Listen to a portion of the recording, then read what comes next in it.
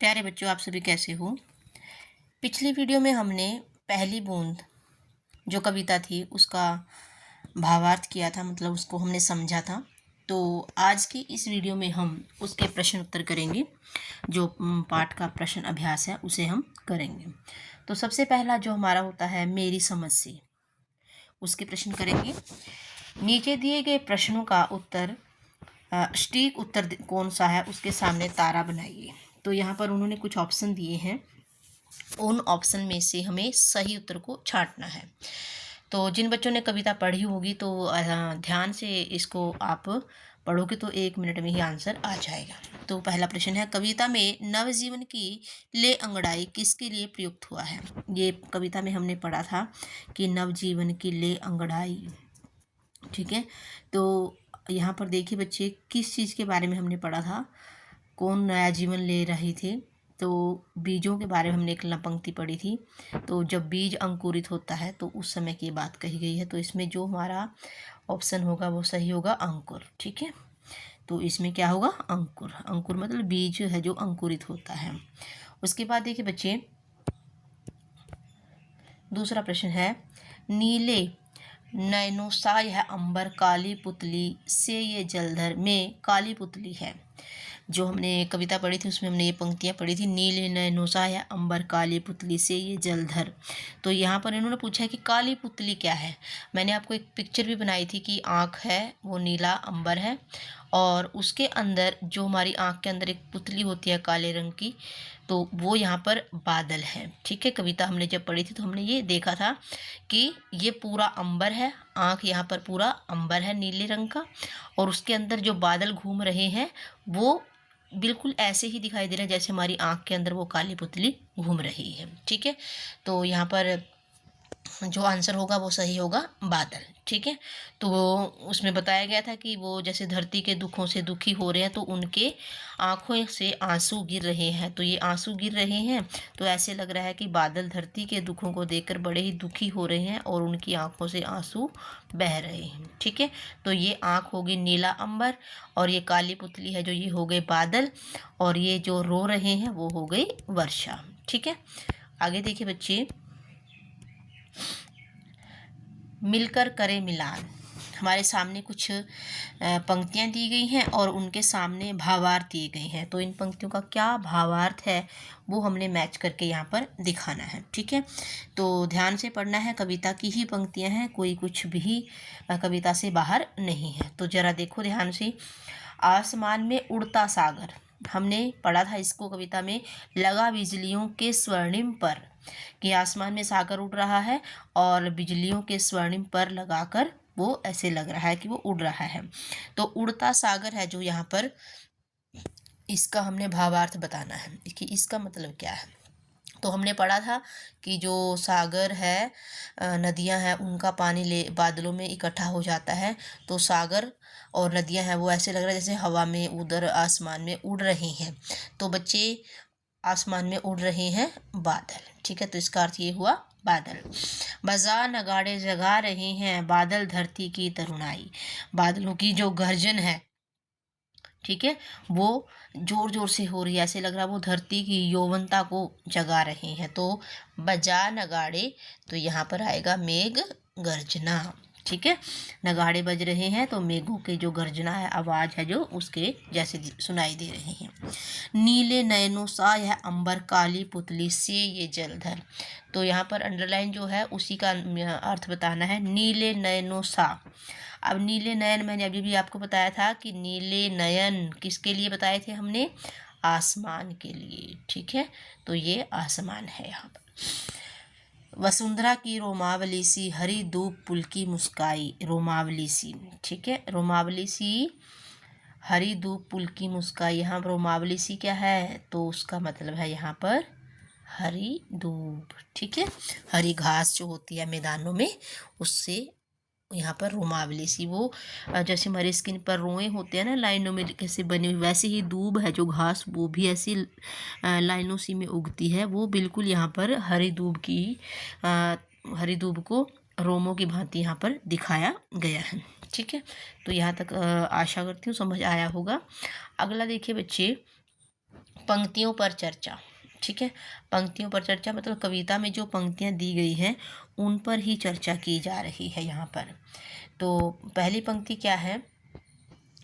आसमान में उड़ता सागर बिजलियों के स्वर्णिम पर बजा नगाड़े जगा रहे हैं बादल धरती की तरुणाई।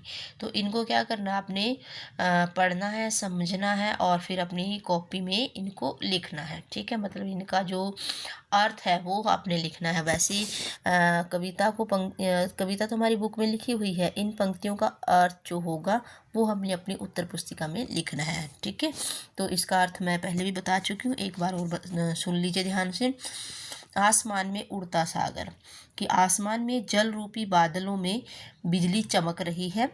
जैसे सागर बिजलियों के सुनहरे पंख लगाकर आसमान में उड़ रहा है। बादलों की गर्जन सुनकर ऐसा आभास होता है कि वे नगाड़े बजा बजा कर धरती की यौवनता को जगा रहे हैं। ठीक है, आगे देखिए तो दूसरे में, नीले नयनों का यह अंबर काले पुतली से ये जलधर, करुणा विगलित अश्रु बहाकर धरती की चीर प्यास बुझाई। तो इसका मीनिंग क्या है? इसका भी हमने अर्थ ही लिखना है कि इसका अर्थ क्या होगा। नीला आसमान नीली आंखों के समान है और काले बादल उन नीली आंखों की पुतली के समान है। ठीक है, और मानो बादल धरती के दुखों से दुखित होकर के वर्षा रूपी आंसू बहा रहा है। ठीक है, इस प्रकार धरती की प्यास बुझ जाती है। तो यहाँ पर इसका मीनिंग यह होगा कि वो धरती माता के दुखों को देख करके आंसू बहा रहा है और जो वर्षा हो रही है वो यही है। ठीक है, जैसे बादल रो रहे हैं। यहाँ तक समझ आ गया होगा बच्चे। आगे देखिए, सोच विचार के लिए। सोच विचार के लिए मतलब इसके ऊपर थोड़ा सा हमें सोचना है, विचारना है और फिर हमने अपनी पुस्तिका में इनको लिखना है। बारिश की पहली बूंद से धरती का हर्ष कैसे प्रकट होता है, कि धरती खुशी कैसी रहती है, कैसे खुशी अपनी प्रकट करती है। वो हर्ष होता है खुशी। ठीक है, तो पहली बूंद जब धरती पर गिरती है तो कैसी खुशी प्रकट करती है वो बताना है हमने। तो धरती के सूखे होठों की बारिश की बूंद अमृत के समान प्रतीत होती है या गिरती है। सबसे पहले तो हो जाएगा अमृत के समान है। ठीक है, पहली बूंद किसके समान है? अमृत के समान है। ठीक है, प्यास बुझा रही है वो, तो अमृत के समान हो गई। और दूसरी बात इसमें क्या हो गया, सूखी जो धरती पड़ी थी उसमें जान आ गई। ठीक है, सूखी धरती के अंदर जान आ गई। और तीसरा क्या होगा, पहली बूंद है, पहली बूंद गिरते ही धरती और के हर कोने में या धरती के छोटे छोटे जो घास के कण हैं, सूखे कण हैं, उनके अंदर भी रौनक आ गई, वो भी हरे भरे से दिखाई देने लगे। तो इस सभी घटना के कारण, इन सभी के कारण धरती है जो वो अपनी खुशी प्रकट कर रही है। ठीक है, आगे देखिए, कविता में आकाश और बादलों को किन के समान बताया गया है। तो हमने ये 2-3 बार कर चुके हैं हम इसके बारे में। कविता में आकाश और बादल, ठीक है, ये हमारा बच्चे आकाश है। ठीक है, आँख। ठीक है, और ये हमारा बादल है। ठीक है, ये बादल है। तो आकाश है जो वो आँख के समान है यहाँ पर।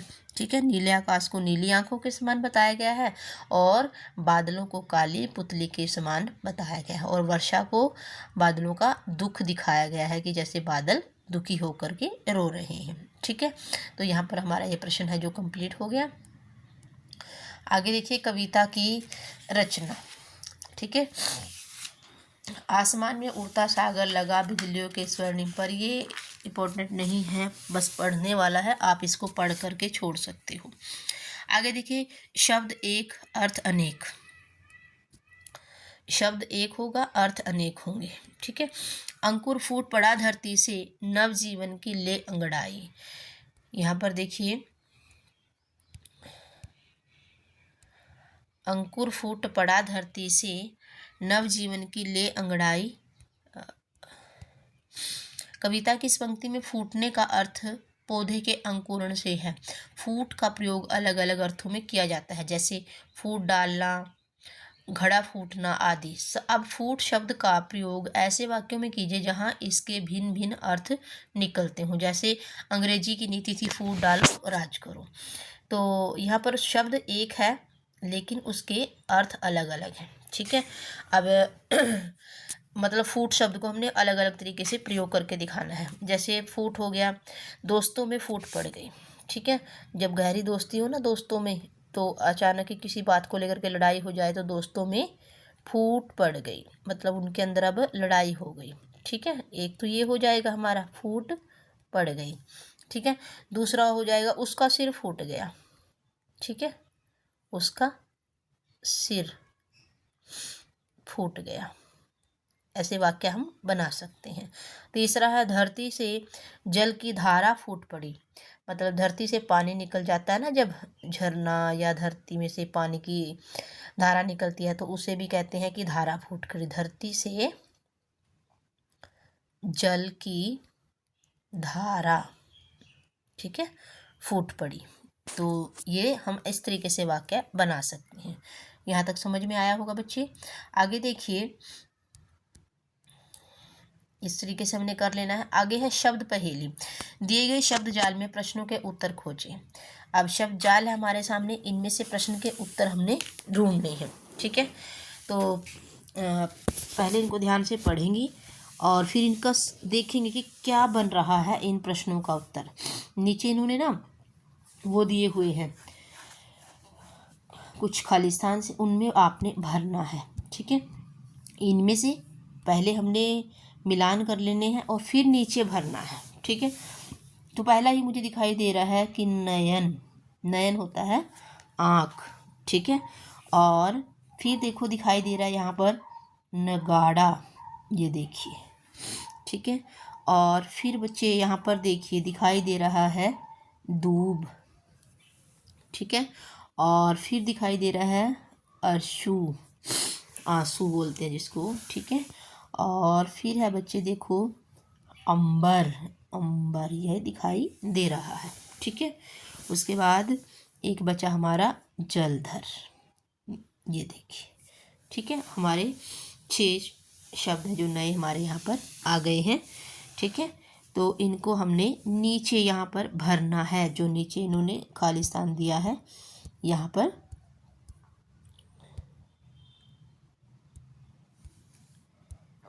इसमें भर देना है, ठीक है।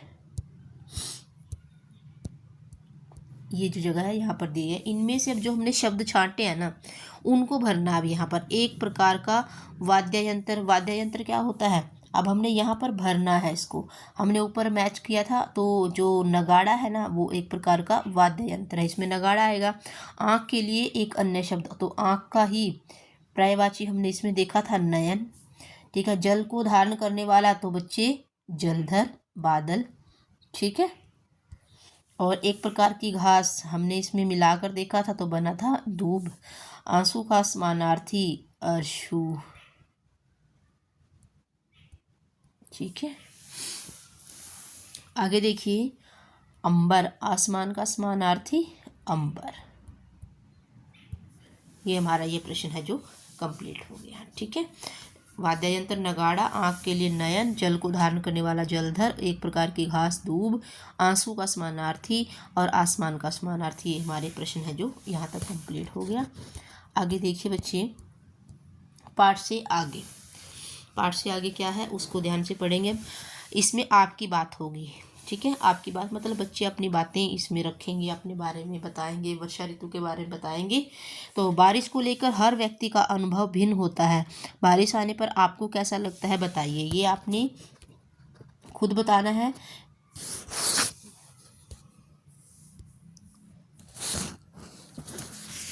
इसमें आपको किसी का कोई वो नहीं करना है कि आप किसी की नकल मार के करोगे, क्योंकि इसमें तो आपको अपने अनुभव बताने हैं। आपको कौन सी ऋतु सबसे अधिक प्रिय है और क्यों, ये भी आपने अपने आप ही करना है क्वेश्चन, ठीक है। ये भी आपने अपने आप करना है, ये भी आपने अपने आप करना है, क्योंकि अपना अपना एक्सपीरियंस अलग अलग होता है।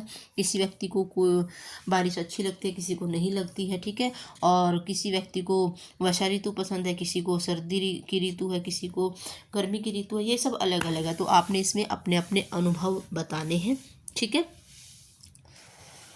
तो आगे देखिए बच्चे, यहाँ तक आपने समझ लिया। आगे देखिए समाचार माध्यमों से, इसको हम पढ़ते हैं। प्रत्येक मौसम समाचार के विभिन्न माध्यमों इलेक्ट्रॉनिक, प्रिंट या सोशल मीडिया। देख, इलेक्ट्रॉनिक प्रिंट जैसे न्यूज़पेपर होता है, इलेक्ट्रॉनिक जैसे ये ऑनलाइन खबरें दिखाई जाती हैं, सोशल मीडिया के प्रमुख समाचारों में रहता है मौसम समाचार। ठीक है, संवाददाता कभी बाढ़ तो कभी सूखे या भीषण ठंड के समाचार देते दिखाई देते हैं। आप भी बन सकते हैं संवाददाता या लिख सकते हैं समाचार। ठीक है, तो आपने यहाँ पर एक रिपोर्टर का काम बन करके दिखाना है। अत्यधिक गर्मी, सर्दी, बारिश में आपने जो स्थिति देखी है उसका आंखों देखा हाल अपनी कक्षा में प्रस्तुत कीजिए। तो यहाँ पर मान लीजिए आपने कहीं किसी जगह पर सूखा बहुत देखा है तो आप उसका हाल बता सकते हो अपनी कक्षा में। बारिश का, बाढ़ का दृश्य देखा है, आप उसको कक्षा में बता सकते हो। तो इससे करने से क्या होता है बच्चों को कक्षा में बोलना आता है, बच्चों की हेजिटेशन दूर होती है। और चाहे बच्चा 2 मिनट ही बोल ले, लेकिन बच्चा बोलेगा तो उसका जो कॉन्फिडेंस है वो थोड़ा बढ़ेगा और बच्चे को बोलने में हिचकिचाहट नहीं होगी। तो ये आप लोगों के लिए है, कक्षा में आपने इसको बोलकर दिखाना है। ठीक है, आगे देखिए सृजन। सृजन का मतलब क्या है? निर्माण करना। ठीक है, तो नाम देना भी सृजन है। ऊपर दिए गए चित्र को ध्यान से देखिए और इसे एक नाम दीजिए। इसको आपने एक नाम देना है कि ये है क्या है। ठीक है, तो ये है बच्चे जो रेगिस्तान में होते हैं ना लिली, ये वो है। ठीक है, रेगिस्तान की जो लिली होती है ये ये नाम है इसका, तो रेगिस्तान की लिली। ठीक है, रेगिस्तानी लिली भी बोल सकते हैं इसको।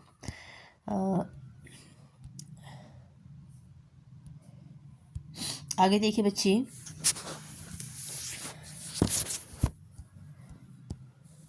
इन्हें भी जाने। इस कविता में नगाड़े की ध्वनि का उल्लेख है। बजा नगाड़े बजा जगा रहे हैं धरती की तुरनाई। तो यहाँ पर चित्र दिखाया गया है कि ये चित्र है जो ये किस चीज़ का, ये बड़ा सा दिखाई दे रहा है, ये नगाड़े, इसको नगाड़ा बोलते हैं। ठीक है, आपने एक फिल्म भी देखी होगी, उसमें एक गाना है, फिल्म का नाम पता नहीं क्या है, लेकिन एक गाना है नगाड़ा बजा नगाड़ा। तो आप उसमें भी बिल्कुल देख सकते हो कि इतने बड़े बड़े ढोल से होते हैं, इन्हीं को नगाड़ा बोला जाता है। ठीक है, तो ये नगाड़ा है बच्चे। आगे देखिए, खोजबीन। आपके यहाँ उत्सव में कौन से वाद्य यंत्र बजाए जाते हैं, इस पर चर्चा कीजिए। ये खुद आप कर सकते हो अपने आसपास या अपने शादी में, ब्याह में, जो भी आपके यहाँ नगाड़े बजते हैं या ढोल बजता है, डमरू बजता है, डफली, तबला, क्या क्या बजता है, उन सब के आपने यहाँ पर नाम लिखने हैं। ठीक है, आइए इंद्रधनुष बनाएं। अब ये क्वेश्चन है, बारिश की बूंदें न केवल जीव जंतुओं को राहत पहुंचाती है बल्कि धरती को भी हरा भरा बनाती है। कभी कभी ये बूंदें आकाश को में बहुरंगा छटा बिखेरती हैं। बहुरंगी मतलब बहुत सारे रंग। ठीक है, जिसे इंद्रधनुष कहते हैं। आप सभी बच्चे इंद्रधनुष के बारे में जानते हैं कि जब बूंदें आ रही होती हैं और साथ में धूप भी निकल रही होती हो तो एक सुंदर सा गोला सा बनता है, उसे ही इंद्रधनुष कहते हैं। ठीक है, उसमें कई सारे रंग होते हैं। आगे यहाँ पर देखिए बच्चे, छोटी सी कविता लिखिए, इसे कोई प्यारा सा नाम दे दीजिए।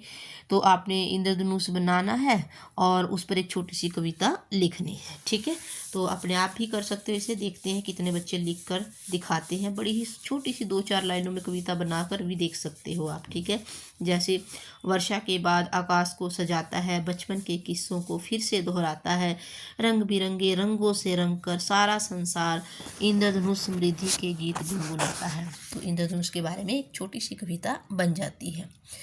तो ये बच्चे एक छोटी सी कविता के प्रश्न उत्तर थे। ये एक बूंद कविता है, ये अयोध्या सिंह उपाध्याय हरिओद के द्वारा लिखी हुई कविता है, उसका एक छोटा सा हिस्सा है। तो आज का ये चैप्टर है जो हमारी कविता है वो यहीं पर ख़त्म होती है। तो सारा मुझे लग रहा है बच्चों को समझ में आ गया होगा, जो भी हमने कविता में पढ़ा है, प्रश्न अभ्यास किया है, तो अच्छे से समझ में आ गया होगा। तो अगली वीडियो में हम अगले पाठ को समझेंगे।